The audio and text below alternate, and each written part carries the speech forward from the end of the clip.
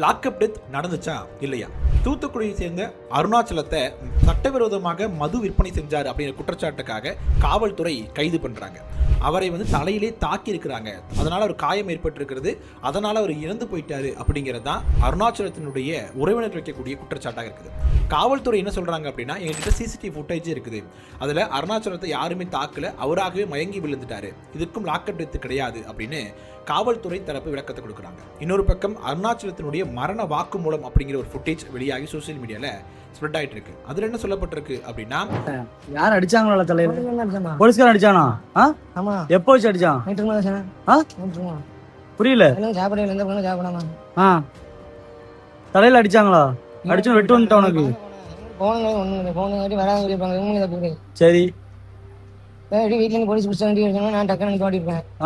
மாட்டி விட்டு கூப்பிட்டு வந்துருப்பாங்க. சரி. அவன் ரெண்டு வண்டி ரூபாய் ஏழு அடிச்சாங்க. இதுல ஒண்ணு, இதுல ஒண்ணு. தலையில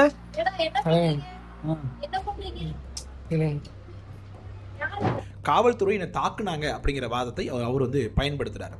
இதையும் தாண்டி இது போன்ற விஷயங்களில் உச்சநீதிமன்றம் சில வழிகாட்டுதல்களை கொடுத்துருக்குது. அதெல்லாம் இங்கே பின்பற்றப்பட்டிருக்கிறதா அப்படிங்கிறது அடுத்த கேள்வி.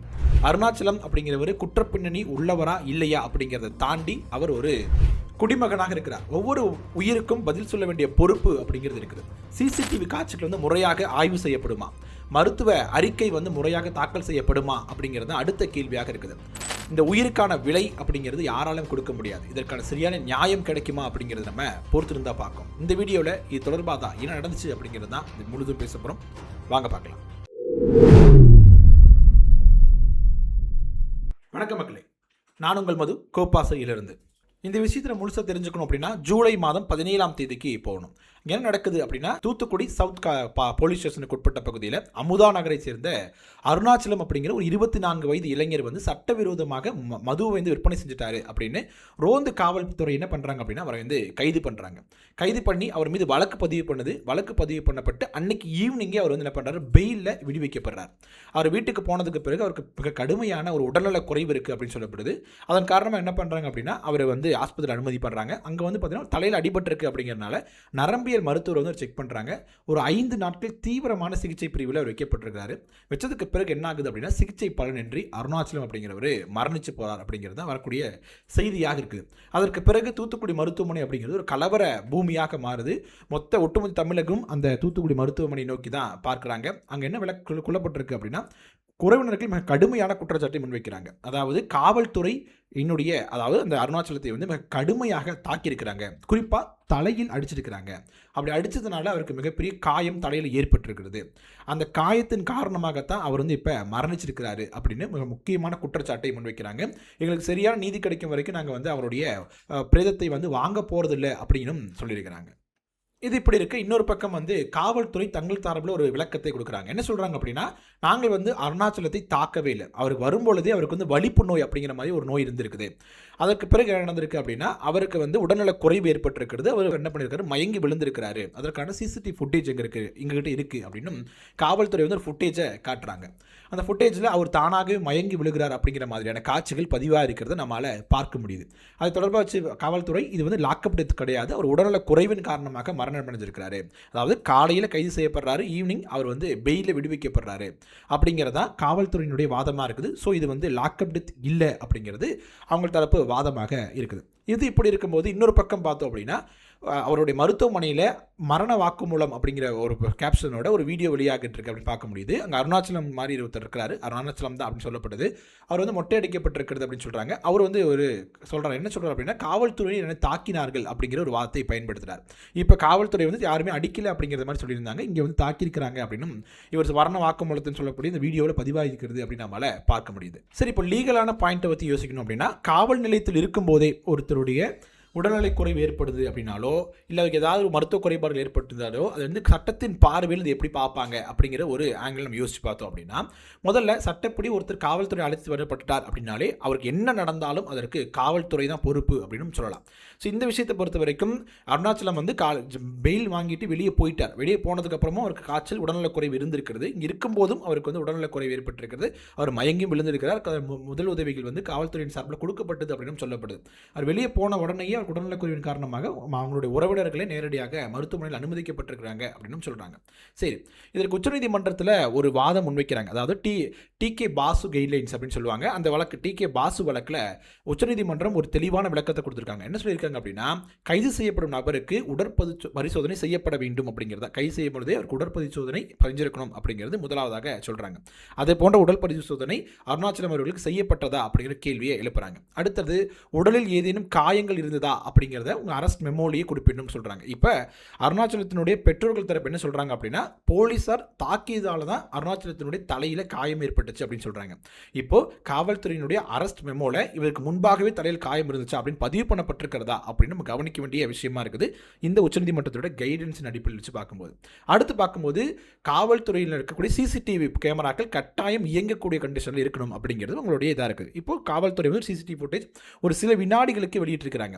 அவர் உள்ள வளைச்சு விட்டப்பட்டதுக்கு அப்புறம் லாக்கப்பில் போட்டதுக்கு அந்த மாதிரி ஃபுட்டேஜ் எதுவுமே இல்லை. அவர் மயங்கி விழக்கூடிய அந்த சில வினாடிகள் ஃபுட்டேஜ் தான் இப்போ வந்து சோஷியல் மீடியாவில் ஸ்ப்ரெட் ஆகிட்டு இருக்கு அப்படின்னால பார்க்க முடியுது. ஸோ இந்த சொல்லப்பட்ட விதிகள், அதாவது உச்சநீதிமன்றம் சொன்ன அனைத்து விதியும் இந்த காவல் நிலையத்தில் அதுவும் குறிப்பாக இந்த வழக்கில் பின்பற்றப்பட்டிருக்கிறதா அப்படின்னு கவனிக்க வேண்டிய விஷயமாக இருக்குது. உச்சநீதிமன்றம் வழிகாட்டுதல்கள் இப்படி கொடுத்துட்டு இருக்கக்கூடிய இதே வழியில் இன்னொரு பக்கம் பார்த்தீங்க அப்படின்னா, செக்ஷன் 176(1)A சிஆர்பிசி ஆக்ட் இல்லாட்டி இப்போ வந்து பிஎன்எஸ்எஸ் 196 என்ன சொல்லியிருக்காங்க அப்படின்னா, காவல்துறையினுடைய கட்டுப்பாட்டிலையோ அல்ல விசாரணை காலத்தில் ஒருத்தர் உயிரிழந்துட்டாரு அப்படின்னா அதை வந்து போலீஸ்காரங்க விசாரிக்க முடியாது, மேஜிஸ்ட்ரேட் தான் விசாரிப்பாங்க அப்படின்னு சொல்லியிருக்காங்க. இந்த வழக்கிலையும் மேஜிஸ்ட்ரேட் வந்து உயிரிழந்தவருடைய குடும்பத்தினருக்கு வாக்குமூலம் பெற்றிருக்கிறாங்க அப்படின்னு பேசப்படுது. அந்த மேஜிஸ்ட்ரேட் தான் இதை வந்து அடுத்த கட்டத்தை கொண்டு போக போகிறார் அப்படின்னு நம்ம எதிர்பார்க்கலாம். அதே நேரத்தில் இன்னொரு பக்கம் பிரேத பரிசோதனை பண்ணுவதற்கு இது வரைக்கும் அந்த குடும்பத்தில் மறுப்பு தெரிவிச்சிருந்தாங்க. இப்போ அவங்க ஒத்துக்கிட்டாங்க அப்படிங்கிற மாதிரி செய்தியும் நம்ம மீடியாக்கள் நம்மளால் பார்க்க முடியுது. பிரேத பரிசோதனை அப்படிங்கிறது முழுவதுமாக வீடியோ கேமரா பதிவு செய்யப்பட வேண்டும் அப்படின்னு சொல்லப்பட்டிருக்கிறது. அதுக்கு பிறகு அதோட ரிப்போர்ட் வரும்பொழுது தான் இந்த அருணாச்சலத்தினுடைய தலையில் ஏற்பட்ட காயம் அப்படிங்கிறது போலீஸார் தாக்கியதால் ஏற்பட்ட காயமா இல்லை அதுக்கு முன்பாகவே இருந்திருக்குதா அப்படின்னு நம்ம கணிக்க முடியும் அப்படின்னு சொல்லியிருக்கிறாங்க. ஸோ இப்போதைக்கு வந்து பார்க்கும்பொழுது லாக்அப் டெத் அப்படிங்கிற தோணியில் தான் அரசியல் கட்சிகள் தொடர்ந்து விமர்சனங்களை முன் வச்சுட்டு இருக்காங்க. எதிர்க்கட்சி தலைவராக இருக்கக்கூடிய உதயநிதி ஸ்டாலின் அவர்களும் இதை குறிப்பிட்டு அறிக்கை ஒன்று வெளியிட்டிருக்கிறாரு. கனிமொழி அவர்கள் அரசாங்கம் அப்படிங்கிற ஒன்று இருக்குதா இல்லையா அப்படிங்கிற தோணியில் ஒரு அறிக்கை வெளியிட்டிருக்காங்க, நம்ம பார்க்க முடியுது. முக ஸ்டாலின் அவர்கள் இது கண்டிச்சும் அறிக்கை வெளியிட்டிருக்காங்க அப்படின்னு பார்க்க முடியுது. ஸோ இந்த லாக்அப் டெத் அது போன்ற விஷயங்கள் இந்த கடந்த 15 நாட்களில் இது 2வது முறையாக வந்திருக்கு அப்படின்னு பார்க்க முடியுது. இதுக்கு எந்த மாதிரியான அரசு நடவடிக்கை எடுக்க போகுது அப்படிங்கிற நம்ம பொறுத்து தான் பார்க்கணும். இந்தியா போன்ற மிகப்பெரிய ஒரு ஜனநாயக நாட்டில் தொடர்ந்து காவல்துறையின் மீது இது போன்ற குற்றச்சாட்டுகள் அப்படிங்கிறது வந்துட்டு இருக்கிறது அப்படிங்கிறது எல்லா ஆட்சியிலுமே, ஏடிஎம்கே ஆட்சியிலும் நடந்துச்சு, டிஎம்கே ஆட்சியிலும் நடந்துச்சு, டிவிகே ஆட்சி வந்ததுக்கு அப்புறமும் நடந்துட்டு இருக்கு அப்படிங்கிறது ரொம்ப கவலைக்குரிய விஷயமாக பார்க்குறாங்க. இந்த வழக்கை பொறுத்த வரைக்கும், அதாவது மருத்துவ பரிசோதனை அப்படிங்கிறது உண்மையை வெளிப்படுத்துமா அப்படிங்கிற மிக முக்கியமான கேள்வியை கொடுக்குறாங்க. அந்த பரிசோதனை அடிப்படையில் நடவடிக்கை எடுக்கப்படுமா அப்படிங்கிறதும், சிசிடிவி காட்சிகள் அப்படிங்கிறது பதிவுகள் முழுமையாக வெளியிடப்படுமா, இந்த 2-3 செகண்ட் வெளியிட்டிருக்கிறது இல்லாமல் முழுமையான சிசிடிவி காட்சிகள் வெளியிடப்படுமா அப்படிங்கிற ஒரு கேள்வியும் கேட்டிருக்கிறாங்க. அதையும் தாண்டி உண்மையான மற்றும் நடுநிலைமையான நீதி விசாரணையின் மூலமாக அருணாச்சலத்தினுடைய குடும்பத்திற்கு நியாயம் கிடைக்குமா? குறிப்பாக சொல்லணும் அப்படின்னா, உண்மையாலுமே காவல்துறையின் தாக்குதலினால மரணம் அடைஞ்சிருந்தாரு அப்படின்னாலும் அதோட அவர் வாக்குமூலம், மரண வாக்குமூலம் கொடுத்திருக்காரு இல்லையா, அதன் அடிப்படை வச்சு பார்க்கும் பொழுதும் ஒருவேளை தாக்குதலாக இருக்கும் பட்சத்தில் அவர் உரிய நியாயம் அவருக்கு கிடைக்குமா அப்படிங்கிறது நம்ம அடுத்தடுத்து வரக்கூடிய விஷயங்களை வச்சு தான் பேச முடியும். இப்போ அவருக்கான பிரேத பரிசோதனை அப்படிங்கிறது நடைபெறும் அப்படின்னு எதிர்பார்க்கப்படுது. அது முழுவதுமாக பதிவு செய்யப்படும். அதன் அறிக்கை வந்ததுக்கு பிறகுதான் அந்த காயம் அப்படிங்கிறது காவலர்களால் தாக்குதல் மூலமாக ஏற்பட்டிருக்கிறதா இல்லை அதுக்கு முன்பாகவே இருந்துச்சு அப்படின்னு நம்ம உறுதி பண்ண முடியும் அப்படின்னு நம்ம சொல்லலாம். இந்த லாக்அப் டெத் அப்படிங்கிறது ஒரு தொடர்கதையாக போயிட்டே இருக்குது. ஏதோ ஒரு வகையில் ஒரு வருடத்திற்கு 4-5 வெளியில் தெரிஞ்சது அவ்வளோ தெரியுது. அது மாதிரி லாக்அப் டெத் அப்படிங்கிறது தொடர்ந்து நடந்துகிட்டே இருக்கிறது நம்ம பார்க்க முடியுது. இது தொடர்பான உங்களுடைய கருத்துக்கள் என்ன? போலீஸார் விசாரணையில் இந்த லாக்அப் டெத் தவிர்க்கணும் அப்படின்னா என்ன மாதிரியான கட்டுப்பாடுகளை காவல்துறைக்கு கொடுக்கணும் அப்படின்னு நினைக்கிறீங்க? உங்களோட கருத்துக்களை கமெண்ட் செக்ஷனில் பதிவிடுங்க. இந்த தொடர்பு அருணாச்சலத்தினுடைய இந்த வழக்கு விசாரணை தொடர்பாக எதிர்க்கட்சி குறிக்கக்கூடிய குற்றச்சாட்டாக இருக்கட்டும், காவல்துறையினுடைய விளக்கமாக இருக்கட்டும், அருணாச்சலத்தினுடைய மரண வாக்குமூல வீடியோவாக இருக்கட்டும், இதெல்லாம் வச்சு பார்க்கும்பொழுது உங்களுக்கு தோன்றக்கூடிய விஷயம் என்ன அப்படிங்கிறத நீ கமெண்ட்ஸ் சொல்லுங்க. அது தொடர்பாக அடுத்தடுத்து வரக்கூடிய வீடியோக்களை நம்ம பேசலாம். இந்த வீடியோ பிடிச்சிருந்துச்சு அப்படின்னா லைக் பண்ணுங்க, ஷேர் பண்ணுங்க, கோபாஸ் யூடியூப் சேனலை சப்ஸ்கிரைப் பண்ணிக்கோங்க. தொடர்ந்து பேசுவோம். நன்றி.